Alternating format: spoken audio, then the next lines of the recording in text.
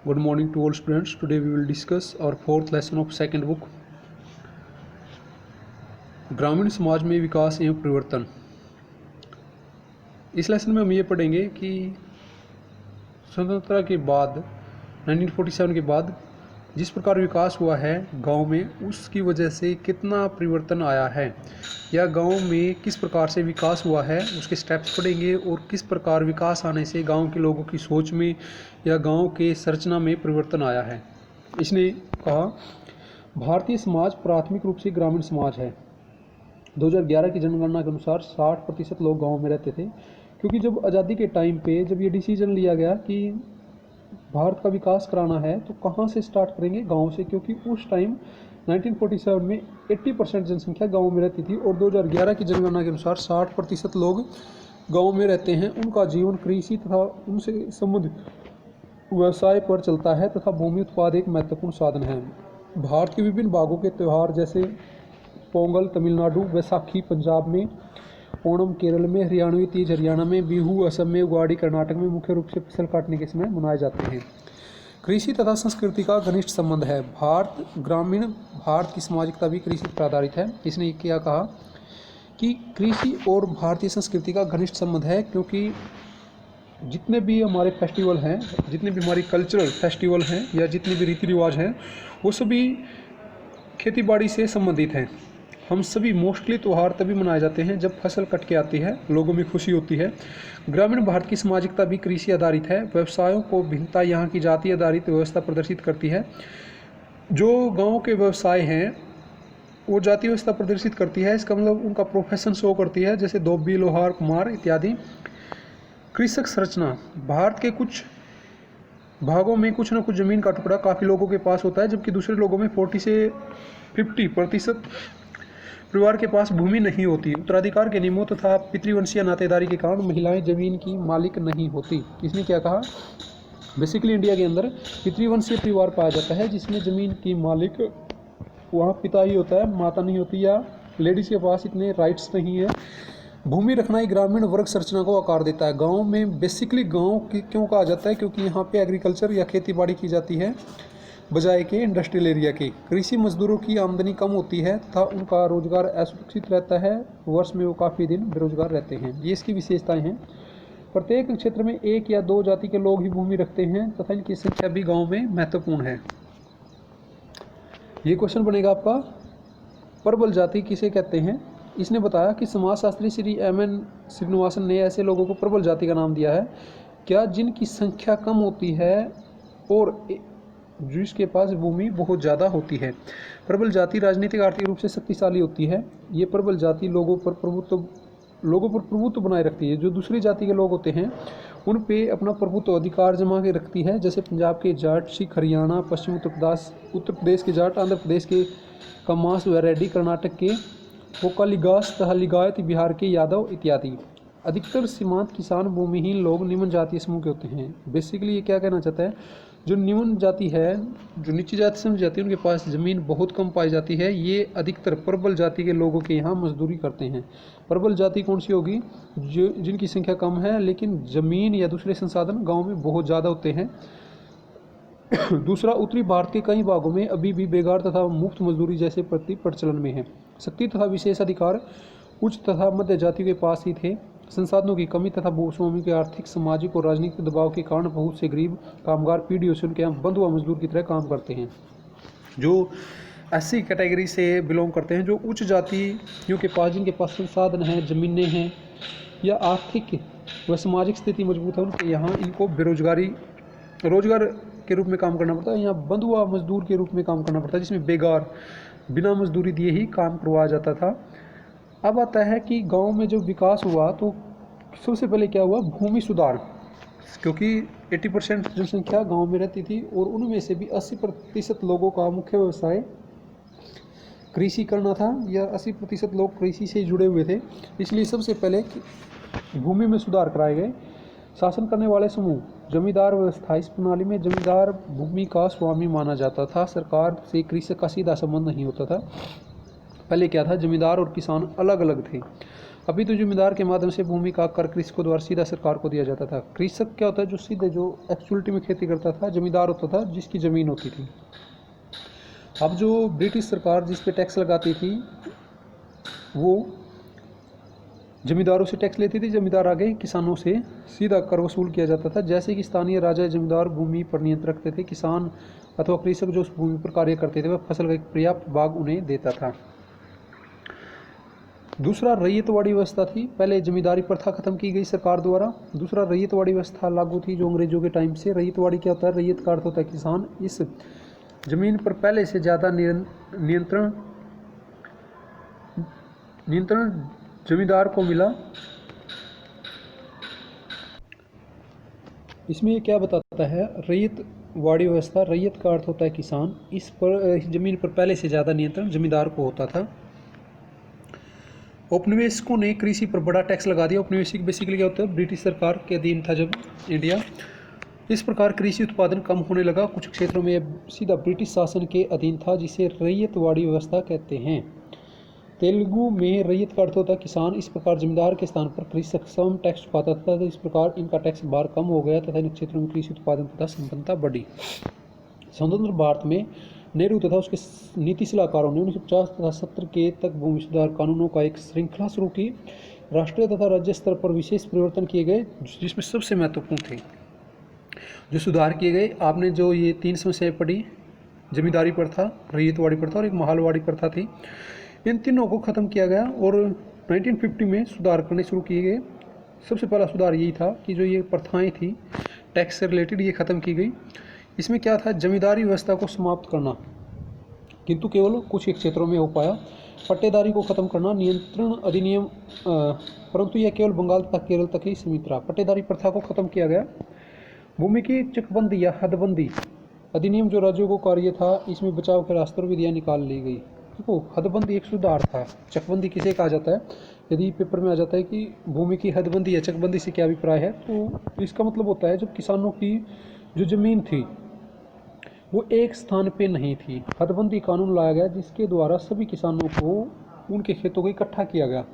उनकी जितने भी भूमि के टुकड़े थे, बिखरे पड़े थे, उनको इकट्ठा करके किसानों को दिए गए थे। वो होता हदबंदी सुधार। लेकिन इसमें भी उनके बचाव के रास्ते थे, इनकी विधियाँ निकाल ली गई। भूमि सुधार ने केवल कृषि उपज को बढ़ाता है, बल्कि ग्रामीण क्षेत्रों में गरीबी हटाता है, सामाजिक न्याय दिलाने के लिए भी आवश्यक होता है। जितना भी कृषि में सुधार किया जाएगा, सीधा सा अभिप्राय है किसानों की स्थिति में सुधार होएगा, और किसानों की स्थिति में सुधार होने से समाज की स्थिति में सुधार होता है, क्योंकि गरीबी दूर होती है और सामाजिक न्याय के लिए भी आवश्यक है। अब होता है बेनामी बदल।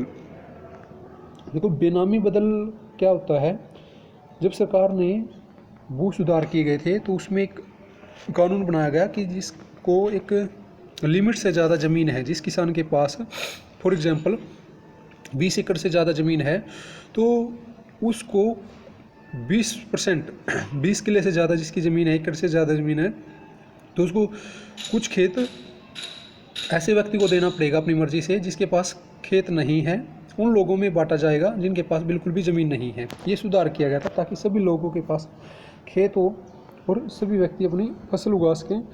लेकिन इसमें क्या किया, बेनामी बदल। इसमें क्या हुआ, भूस्वामियों ने अपनी भूमि रिश्तेदारों या अन्य लोगों के बीच विभाजित की, परंतु वास्तव में भूमि पर अधिकार भूस्वामी का ही था। इस प्रथा को बेनामी बदल कहा जाता है। बेनामी बदल क्या है, जब जैसे उन बड़े किसानों को पता लगा कि भाई जिनके पास ज़्यादा ज़मीन है, 1 एकड़ ज़मीन है, उनको बांटनी पड़ेगी या देनी पड़ेगी, तो उन्होंने क्या किया था, अपनी ज़मीन को अपने बेटों के नाम, अपनी वाइफ के नाम या अपने रिश्तेदारों के नाम करा दिया गया था। लेकिन एक्चुअलिटी में मालिक कौन था, वही व्यक्ति था।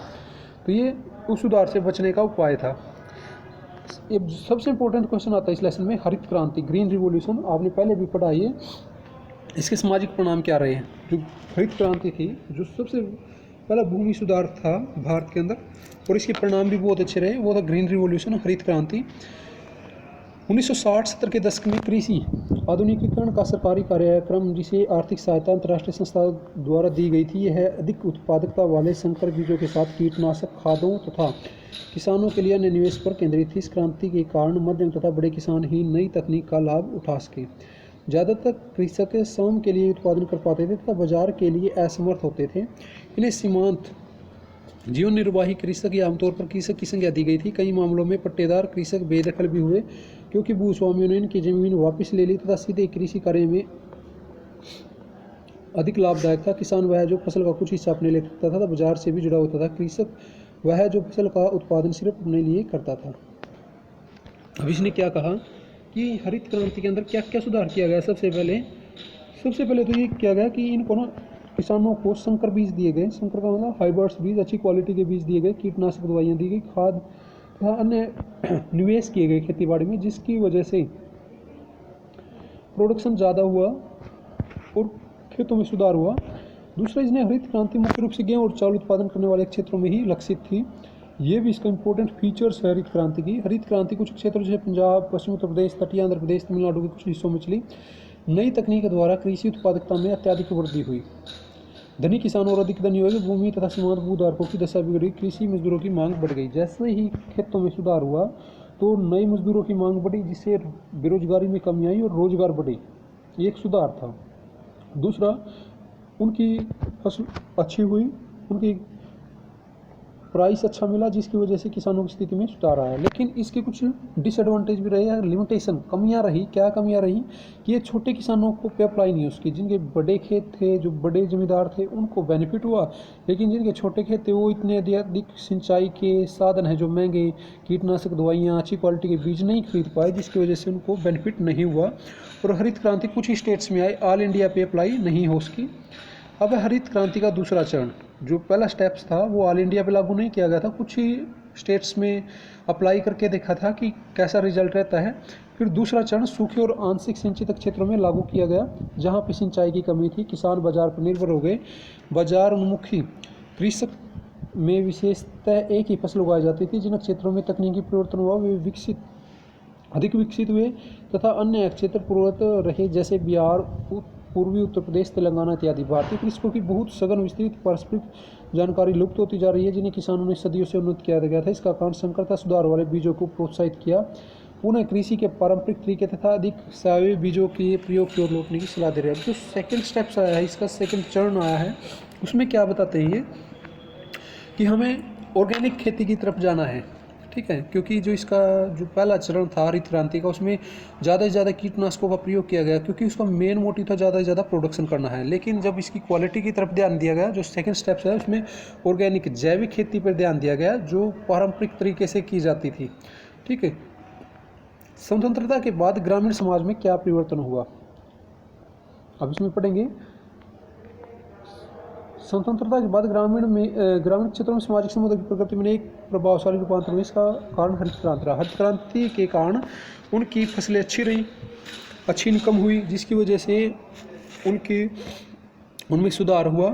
और सुधार होने की वजह से क्या परिवर्तन आए, गहन कृषि के कारण कृषि मजदूरों की बढ़ोतरी, कृषि में मजदूरों की मांग बढ़ी, नगद भुगतान किया जाने लगा, कैश सैलरी दी जाने लगी, भूस्वामियों एवं किसानों के मध्य पुश्तैनी संबंधों का कमी होना, दिहाड़ी मजदूरों का उदय होना। इस प्रकार ये परिवर्तन आए। भूस्वामियों से कृषि मजदूरों के मध्य संबंधों की प्रकृति में वर्णन समाजशास्त्री जॉन ब्रेमन संरक्षण ने शोषण की ओर बदलाव में किया था। ब्रेमन 1974 में, जहां कृषि का व्यापारीकरण अधिक हुआ, जिसे कुछ विद्वानों ने पूंजीवादी कृषि का रूप कहा, क्योंकि विकसित क्षेत्रों के ग्रामीण विस्तृत अर्थव्यवस्था से जुड़ते जा रहे थे। मुद्रा का भाव गांव की ओर बढ़े तथा व्यापार और रोजगार भी बढ़ा। यह प्रक्रिया उपनिवेशी काल से महाराष्ट्र में कपास की खेतीबाड़ी से शुरू हो गया था।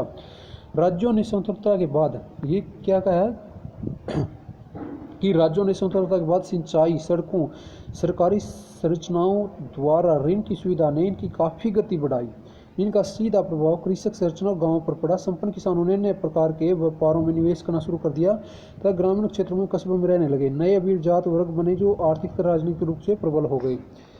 इसके साथ ही उच्च शिक्षा का विस्तार, निजी व्यावसायिक महाविद्यालयों की स्थापना से नव ग्रामीण जात वर्ग द्वारा अपने बच्चों को इनमें शिक्षा देकर नगरीय मध्यम वर्ग को बढ़ावा मिला। विभिन्न स्थानों पर इनका प्रभाव भी देखा गया, जैसे केरल के काफ़ी लोग खाड़ी प्रदेशों में जाने लगे। देखो मजदूरों, अब आता है मजदूरों का संचरण। मजदूरों का संचरण क्या होता है, संचार, सर्कुलेशन। जब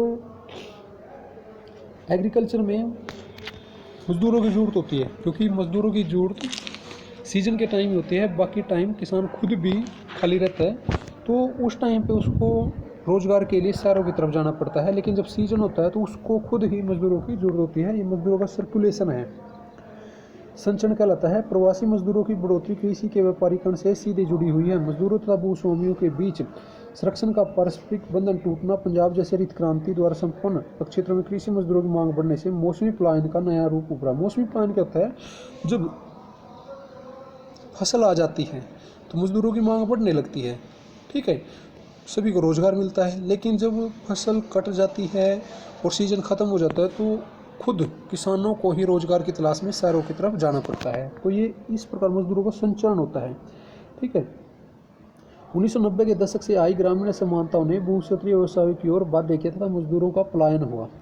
जॉन ब्रेमन ने घुमक्कड़ मजदूर का फूट लूज लेबर कहा। इन मजदूरों का शोषण आसानी से किया जाता था। मजदूरों के बड़े पैमाने पर संचार से ग्रामीण समाज दोनों ही भेजने वाले तथा प्राप्त करने वाले क्षेत्रों पर एक महत्वपूर्ण प्रभाव पड़े। उदाहरण के लिए निर्धन क्षेत्रों में जहाँ परिवारों के पुरुष सदस्य वर्ष का अधिकतर हिस्सा गांव से बाहर काम में बिताते हैं, कृषि मूल रूप से महिलाओं का एक कार्य बन गया है। महिलाएं भी कृषि मजदूरों के मुख्य स्रोत के रूप में उभर रही हैं, जिससे कृषि मजदूरों का महिलाकरण हो रहा है। ये इंपॉर्टेंट क्वेश्चन है कि कृषि मजदूरों का महिलाकरण से क्या अभिप्राय है। तो बेसिकली जो पुरुष हैं वो ऑफ सीजन में रोजगार की तलाश में शहरों की तरफ जाते हैं, पलायन हो चुका है। अब जो कृषि है वो महिलाएं संभालती हैं, ठीक है। इस प्रकार कृषि मूल रूप से महिलाओं का कार्य बन गया है। महिलाएं भी कृषि मजदूरों के स्रोत के रूप में उभर रही हैं, जिससे कृषि मजदूरों का महिलाकरण हो रहा है। अब पढ़ेंगे कि 1991 के बाद जो हमने एलपीजी की पॉलिसी बनाई थी, लिबरलाइजेशन, ग्लोबलाइजेशन और प्राइवेटाइजेशन, इसका क्या इफेक्ट रहा ग्रामीण समाज पे। भूमंडलीकरण, उदारीकरण और ग्रामीण समाज। भूमंडलीकरण और उदारीकरण के कारण बहुराष्ट्रीय कंपनियां निश्चित फसल उगाने को कहती हैं। ये किसानों को जानकारी और सुविधाएं देती है, जिसे सुविधा खेती कहा जाता है। अब इसने क्या बताया कि ये सुविधा खेती आई है, जो एलपीजी की पॉलिसी अपनाने के बाद जो एमएनसी है वो खेती बाड़ी में भी आई हैं। जो दूसरे देशों की कंपनियां हैं वो किसानों से सीधा कॉन्ट्रैक्ट करती हैं। सुविधा खेती सुरक्षा के साथ साथ असुरक्षा भी देती है। इसका मतलब कुछ बेनिफिट है तो इसके डिसएडवांटेज भी हैं। किसान इन कंपनियों पर निर्भर हो जाते हैं। खाद व कीटनाशकों का अधिक प्रयोग से पर्यावरण असुरक्षित हो जाता है, क्योंकि ये कंपनियां अपने अकॉर्डिंग खेती बाड़ी कराती हैं। कुछ रियायतों में कमी से उत्पादन लागत बढ़ी है, बाजार स्थिर नहीं है, बीमारी, सूखा, बाढ़, हानिकारक जंतु, उधार पैसा लेना इत्यादि से परिवार संकट में आ जाता है। कृषि बहुत से लोगों के लिए आरक्षणीय होती जा रही है। कृषि के मुद्दे सार्वजनिक मुद्दे नहीं रहे हैं। गतिशीलता की कमी के कारण कृषक शक्तिशाली दबाव समूह बनाने में असमर्थ रहे हैं, जो नीतियों को अपने पक्ष में करवा सके। सुविधा खेती में कंपनी तथा जमीन मालिक तय करते हैं कि क्या उपजाना है। इसके लिए किसानों को बीज आदि प्रदान करते हैं। कंपनी भरोसा देती है कि वो अनाज आदि को खरीद लेगी, जिसका मूल्य पहले से ही तय था। इसे कंपनी पूंजी भी देती है। देखो, इससे जो सुविधा खेती आई है, कॉन्ट्रैक्ट जो एग्रीकल्चर होती है, इसमें कंपनी के साथ एक ठेका हो जाता है कि कंपनी खेती कराएगी अपने अकॉर्डिंग, और वो जितनी भी फसल होगी कंपनी ही उसको पहले से तय कीमत पर खरीदेगी। इसके बेनिफिट क्या है? किसानों को ये बेनिफिट होता है, पहले से ही कॉस्ट मिल जाती है, ठीक है, और अच्छे प्राइस मिल जाता है। लेकिन कमी क्या है, इसकी लिमिटेशन क्या है कि हो सकता है कि कंपनी ना खरीदे। सुविधा खेती बहुत ही आम है, खास करके फल, अंगूर, अनार, कपास आदि क्षेत्र में जहाँ खेती किसानों को वित्तीय सुरक्षा प्रदान करती है। यही है किसानों के लिए अधिक असुरक्षित भी बनी हुई है सुविधा खेती। इसमें किसान अपने जीवन व्यापार के लिए इन कंपनियों पर निर्भर हो जाते हैं। निर्यात और मुख्य उत्पाद जैसे फूल, खीरे। सुविधा खेती का अर्थ यह भी है कि कृषि भूमि का उपयोग उत्पादन से हटकर किया जाता है। बेसिकली गेहूँ और चावल से हटके इसमें उत्पादन किया जाता है। सुविधा खेती मूल रूप से अभिजात मदों का उत्पादन करती है तथा चूंकि यह अक्सर खाद तथा कीटनाशक उच्च मात्रा में प्रयोग करते हैं, इसलिए यह बहुधा पर्यावरण दृष्टि से सुरक्षित नहीं है।